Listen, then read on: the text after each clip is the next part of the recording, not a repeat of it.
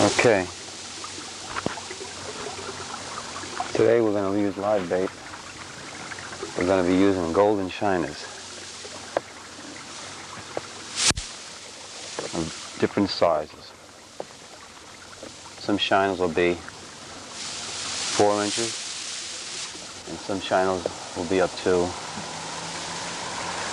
7 or 8 inches.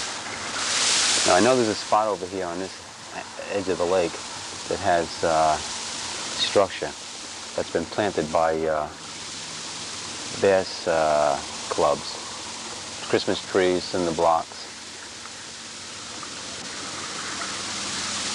all in a circle in an area where the bass have been holding for the last couple of years. They planted them about 4 or 5 years ago, and now they're really starting to produce pretty well. The sun is a little bright today, but we'll see what we can do over here. We'll just sneak our way in. What I'm going to use today is very, very heavy line, Trilene Trimax, 12-pound test line with 25-pound test Trilene leader.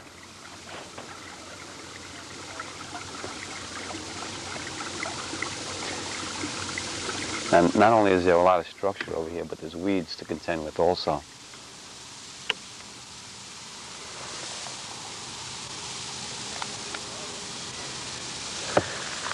It's just about right. Right here is good.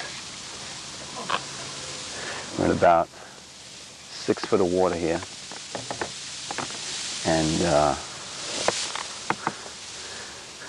we'll drop the anchor right about here. 6 foot of water, and the water's pretty warm, and the sun's coming up pretty strong already. It's about 6:30 in the morning, so I'm sure that they're going to be hiding right down in the structure. Now, what I'm going to do today is use double treble hook set on a very heavy leader, so that if they do pull me down towards the bottom, I have a very good chance of hoisting them back up, keeping them out of the structure. Okay.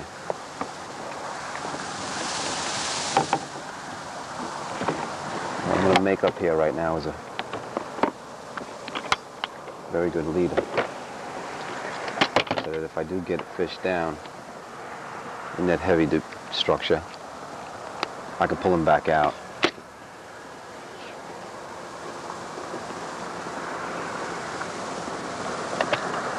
The leader I'm using is about 2 foot.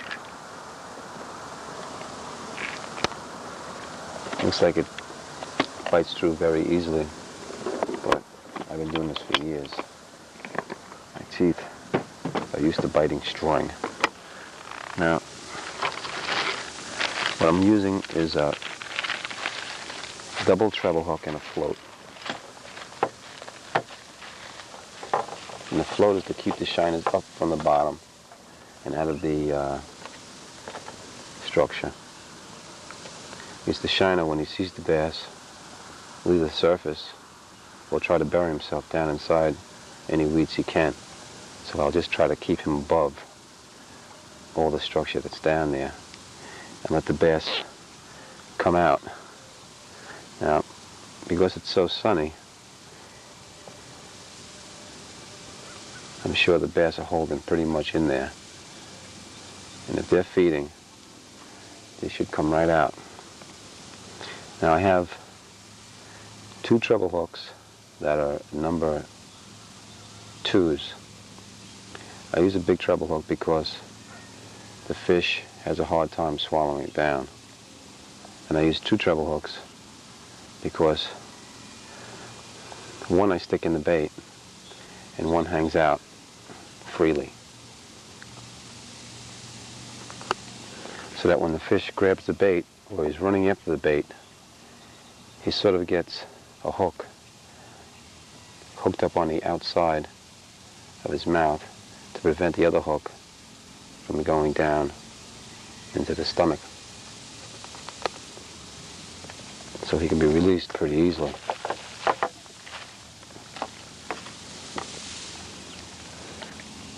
Here's my leader, about 2 feet, and it's connected to 12-pound test line at about 4 feet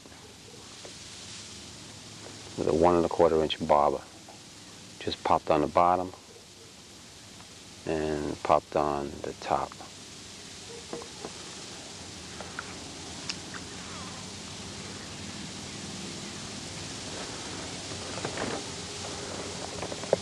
And we'll take out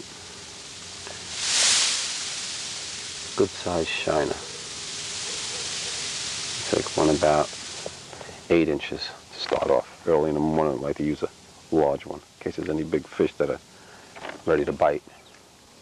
So sometimes they slow down and the small ones take over. So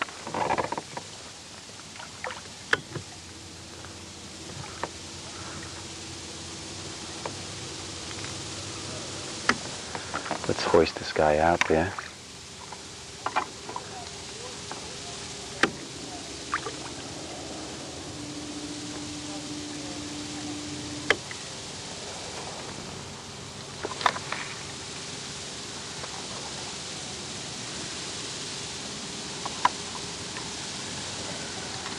And see what happens.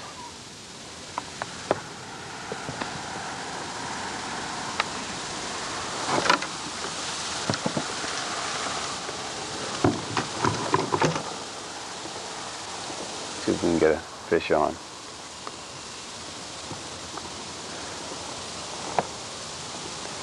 Now I know right in this area there is structure hanging right about there where he's swimming right now. He was on the surface and he was kicking around. Now he's gone down. What I'd like to do is set up another pole.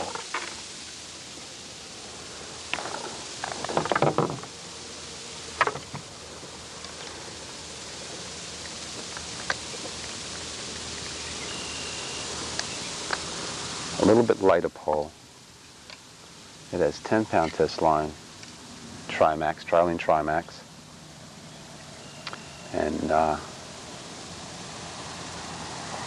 I'll use the smaller shiners on this pole, but I'll use the same setup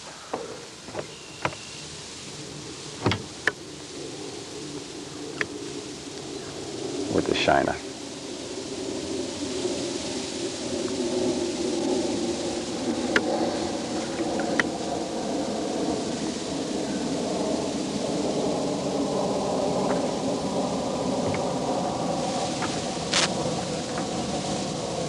Like I said, the sun is very bright, so the fish will probably be down in some type of structure or weeds to keep from the sun.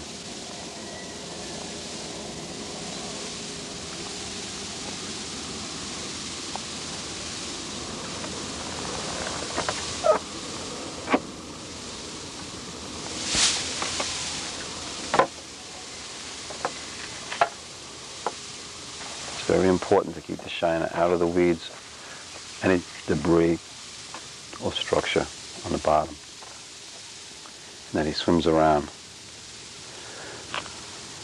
in view of the bass.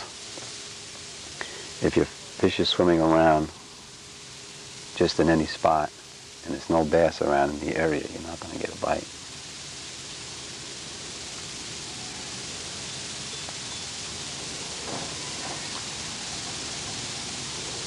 Sometimes it also helps to have shiners in your area that you're fishing,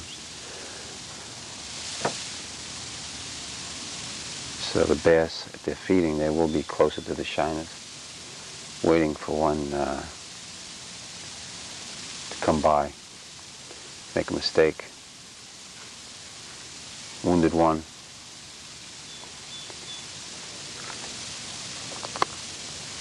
One that might have been bitten by another bass or pickerel or whatever, and he can't swim too well.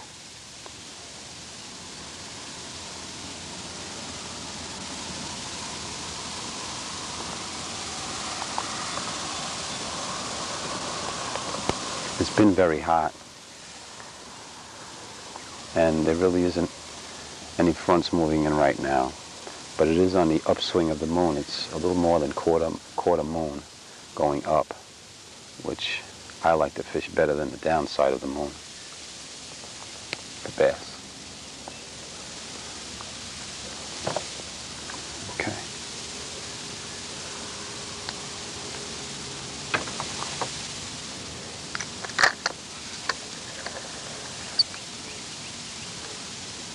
Okay, we have another rig set up.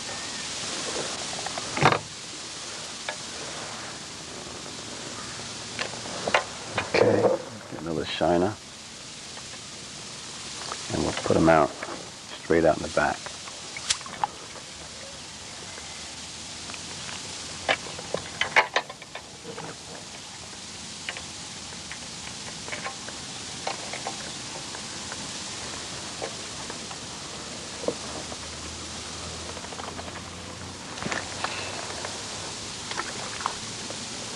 Right about there.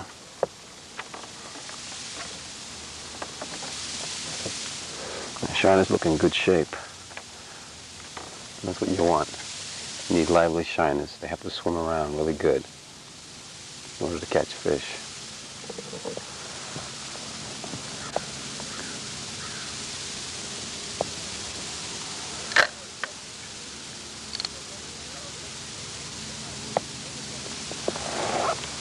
Now, I know the structure is in this area. I don't have it marked off, but it's in this vicinity.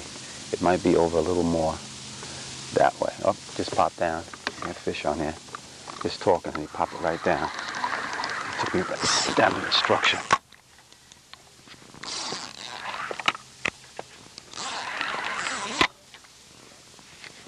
He's on there. Got a nice one on. Nice fish. Oh, I got a heavy pole. Oh, that's a nice one. Feels pretty good. Feels pretty good. Oh yeah, oh, there's a big fish here. We got a big fish. We got a big fish here. Real nice fish. We got a real nice fish here. Nice fish. Look at this fish here. Really nice. Oh yeah, he's nice fish. Oh. He's a real nice one. He's trying to get me on the anchor. See if I can get a whole piece of him here. Oh yeah. Oh yeah, look at this fish. Now that's a bass. And that's what I've been talking about. Getting on structure and getting some really big fish that hang in there in that very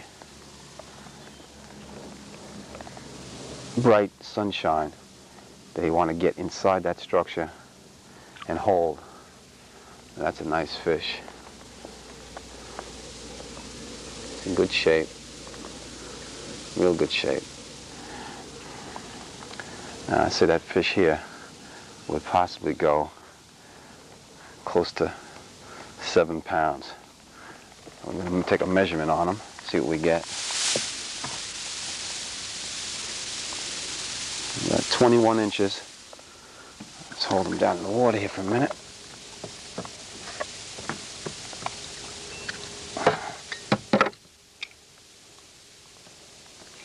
Very nice fish.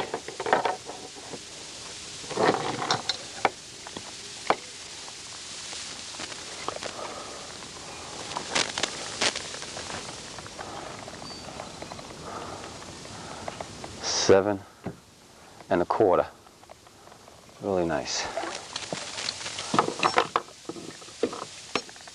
Very nice. fish. Not bad for the first fish of the day.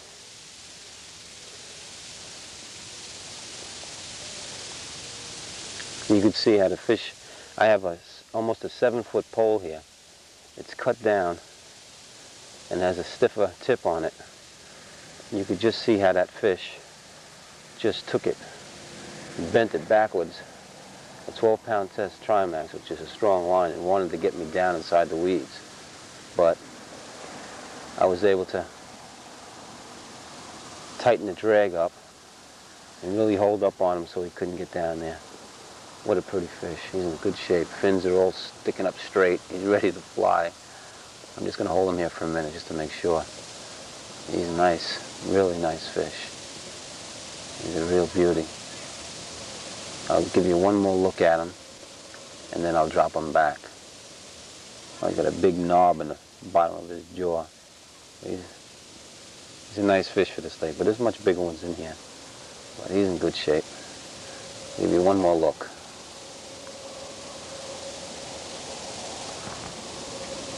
We'll just swing the boat around a little bit here.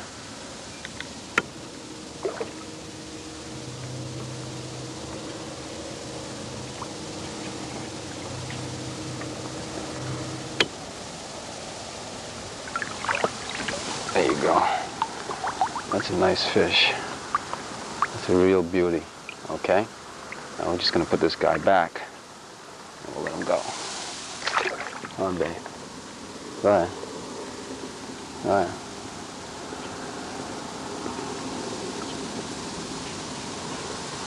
Go ahead. Okay, man. That should go. That should go. That was worth the day right there. That was a beautiful fish. When you could see how, when you get yourself in position where the fish are, you're really not trying to get lucky.